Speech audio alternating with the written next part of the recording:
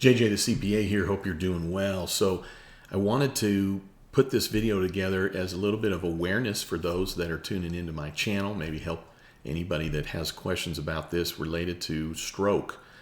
So before I get in to tell you about what's been going on with me, wanted to let you know that if by chance you're watching this video and you're trying to figure out if you're having a stroke or somebody that you know is having a stroke, they probably are from the standpoint of this acronym of F.A.S.T. So if the face is drooping, if they can raise their arms but one of them's going to droop down, if the speech is being slurred and this is just coming on very quickly, then it's just time to call 911. And the thing to note is that when you call 911, I know this isn't obvious, but it's a free call and they will walk you through. So I found myself in the middle of the night having symptoms, and what did I do? I Googled. And I found article after article, and after 20 minutes and Amanda waking up, we headed to the hospital. What I need you to know is that the difference between a mild stroke and a major stroke is about 4 hours, maybe 4.5 hours. After that time period, there's really nothing that they can do. Now, there might be some major extreme circumstance where your medical God is going to find something to do, but it is not really something you should count on.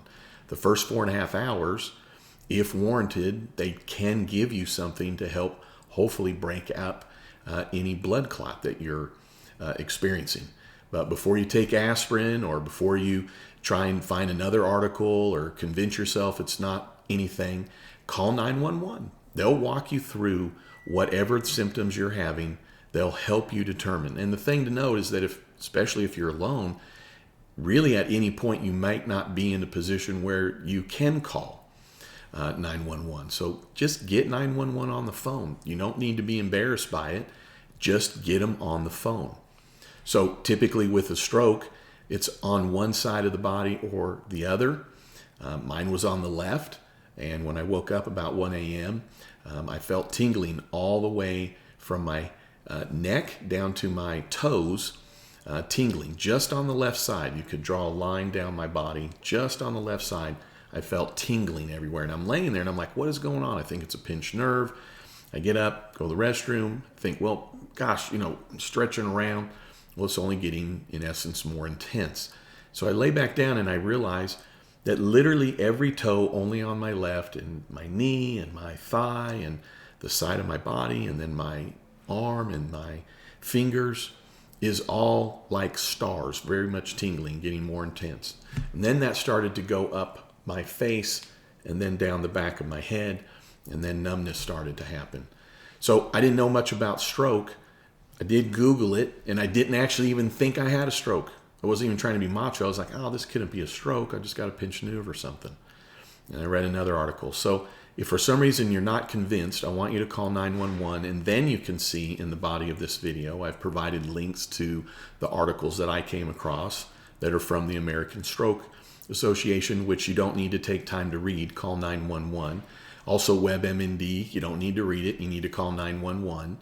And some other Harvard, et cetera, et cetera. So I'm reading through these. The biggest thing I want you to know is that there's just not really any time to spare and waste. It's better to be sure that you're not having a stroke by a medical professional checking you out.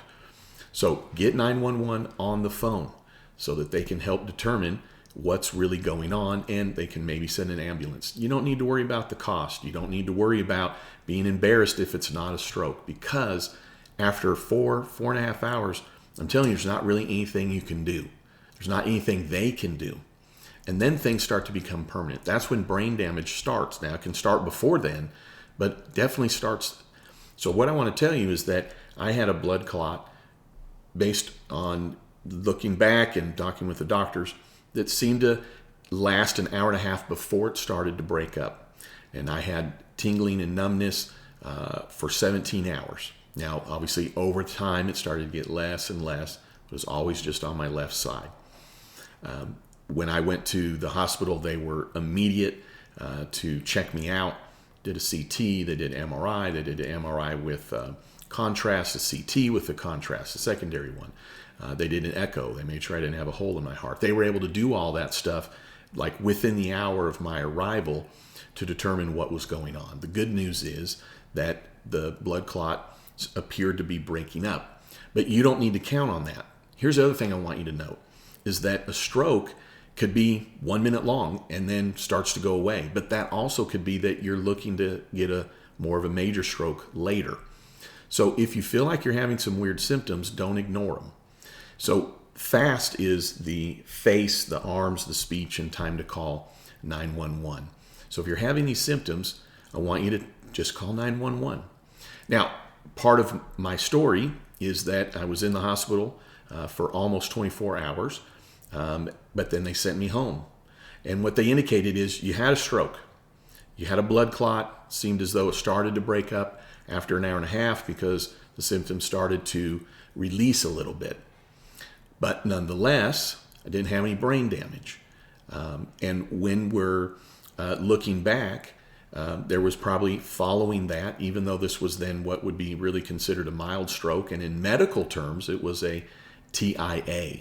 But what the doctors in the stroke unit told me is a TIA is a stroke. You can call it a mini stroke, you can call it a mild stroke, but you had a stroke. And that typically is an indicator that you're going to have a major stroke if you just had a small stroke. So the difference between a small stroke and a major stroke is 4.5 hours. That's not very long. The difference between a major stroke and a mild stroke is that your symptoms do not recover, or you don't recover from what happened within 2 weeks. Do you hear me on that? Meaning, like, if you are slurred up and can't function on your left side for up to 2 weeks, they'll still consider that a mild stroke. Meaning there's too much of a fine line. It just goes from minor to major. It goes from mild to major. It goes from mini to major in a very short period of time. If you find yourself arguing with, well, I don't think it's a stroke, and that's not true, and I talked to a doctor, why don't you call 911 and actually get the real answer versus you trying to figure out on your own? So the other thing that I came across that really struck me was that 60% of males and 40% of females do not get to the hospital in time, and therefore there's nothing they can do. Meaning those that had major strokes, 60% of males, 40% of females, didn't get to the hospital in time. It means that if they would have gotten to the hospital, there was a better chance that the medical professionals could have done something about it. They could have given you the blood clot breaker upper shot or whatever it's called. The thing is, I'm a CPA. I don't know anything about this other than my own experience, and hopefully you're not listening still if you think you're having a stroke. But I really did want to put together this video as well to let my family of YouTubers, my fellow subscribers, know what's been going on. So this happened in October, and I really, for a couple of weeks, don't have a lot of memory of what was going on. When I was in the hospital, I thought everything was fine. I still didn't think I was having a stroke. They were checking everything out. But then a speech pathologist came in, and I wasn't able to tell time. I couldn't repeat numbers back to the person backwards. I couldn't remember simple words that she just had told me. And that's when I knew, my gosh, something has happened here. And so anyways, for 90 days, I really had to just do very little. I was very tired. As I indicated, memory loss there for a period of time. Still find myself foggy on some memories when really before I was crystal clear on memories. Luckily, no brain damage. I did have a flare-up about a week later, went and got another round of MRI and CT to confirm that I didn't have any brain damage. So the thing to note is that they've checked everything out. My heart, I don't have any blockage. They did extensive work to see if I had a rare blood disease. They've done everything they can to actually try and rule out stroke. And at the end of the day, I had a stroke. Yes, the medical community can call it a TIA, but when you read up on this, and I'm giving you articles on this, TIA, all that means is your stroke didn't last more than 4.5 hours. It means that you, in essence, recovered from your physical issues within 2 weeks. The thing, though, is that you don't want to risk this. So for, like I said, a couple of weeks, memory loss, a couple of weeks after that, getting better. probably for about 90 days because the stroke was on the left side. I just had the most minor issues on my right side. Most notably, as you know, no one else would notice it, but you know, when you grab a piece of paper, okay, right, your brain knows you grab it in a way that you're not going to crumple this, but you got to grab it to where it doesn't just drop. So it was just things like that. I just didn't have the best fine motor skills. So I've been checked out, checked back in terms of with a neurologist, cleared. I don't have any cognitive issues, thank goodness. And I've gone through a number of kind of my own tests to make sure I still know what I'm doing, and I do. Okay, but at the end of the day here, it was scary in the sense of I had a stroke, in the sense of coming close. My grandfather ended up having a mild stroke, and that caused him to have a car accident. Luckily, it was a one-car accident, but he passed away from stroke. And really what it comes down to is this. I'm walking 30 minutes a day, best I can. I'm eating better and following, in essence, a better diet, lost a little bit of weight. But what they really kind of pinpointed was that I just had too much stress in my life. And guess what? It was all good stress. It was all good stress. No negative stress that I can think of. I was just doing too many things, 7 days a week, constant. And then all the things that I was doing during the pandemic in terms of videos and helping clients and all that stuff. All to say, I was just doing too much, and stress is a big factor there. So where I'm at now is I had to downsize my practice, and where I'm at is I'm able to work a full day, but that's about all the energy that I have, meaning I just plumb go over the cliff and I am tuckered out. So from the time I wake up to eating, to then working, to driving, to eating lunch, to then doing some work and being on the phone, I got about 8 hours before I'm done, as in I'm in bed and I'm sleeping most nights about 10 hours, 12 hours, really taking it easy. Amanda's done a wonderful job, phenomenal job, taking care of me as she always does, which I'm thankful for that. And so I've had to downsize my practice, and I did sprinkle out videos best I could. But then I really just got to a point where the last 60 days, this is being put up here at the beginning of March of 22, that I didn't have the energy to actually do videos. So I had to focus in on my clients and my practice and get things going. I've had some of my work reviewed by an independent CPA, and I am on tack. I mean, I am on point. I am sharp. I've got everything. It's just that the energy is still not all the way back there. So I'm glad to report that. Glad to report I don't have any other reasons for me to have the stroke. But I couldn't fly for 90 days at the risk of sitting for a long time, and also altitude. And I'm constantly paying attention. And every time I have a little something that comes up, I have an issue.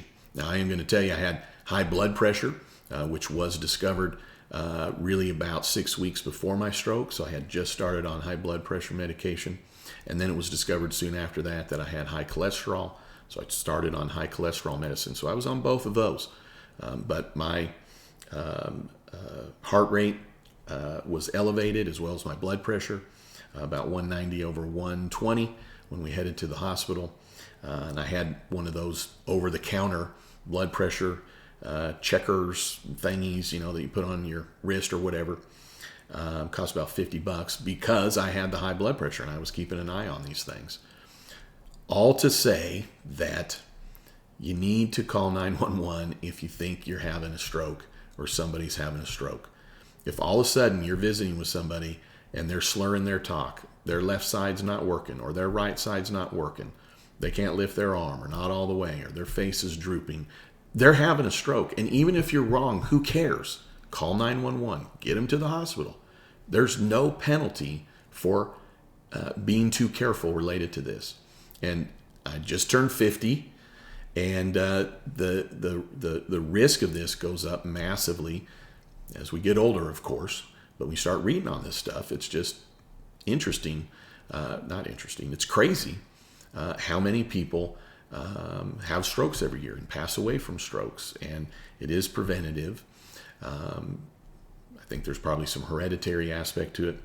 I don't want to get too in the weeds. I just want to share my story with you and provide some information so that if somebody stumbles across that video, this video, maybe then hopefully they only listen to the first 30 seconds and they just call 911, but maybe it would help. So you're right, I'm a CPA, I'm not a medical professional.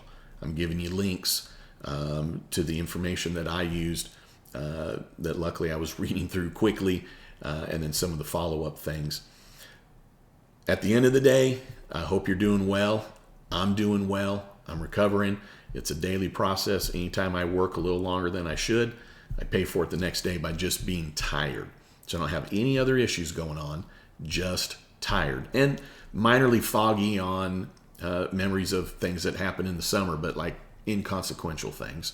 But that stuff's coming back. I'm getting better from there. So you got no worries about JJ the CPA. I got clean bill of health. My heart's good, no blockage, brain's good. Like everything's great. It was just a warning sign shot across the bow. And luckily I had a stroke that lasted less than the 4 hours, was in essence the mini stroke. But check that out. An hour and a half of having a blood clot and how long and how much I've been affected by it. So with that, check out, if you want more information, the links on more details related to this. If you have people in your family that are older or susceptible to this, take it seriously. All right, hey, I appreciate you. Not going to even ask you to subscribe because that's not what this video was about, even though I always end it saying that way. So I'll just end it by saying I appreciate you. Thanks for your patience. Sorry I haven't had any videos out now in about 2 months. But I've shot a bunch of videos, feeling great. And I'll have some videos rolling out and plan to continue to have videos to come. And with that, I appreciate you. Thanks for tuning in. And then don't you ever forget, you've never met a CPA quite like me. Have a great one.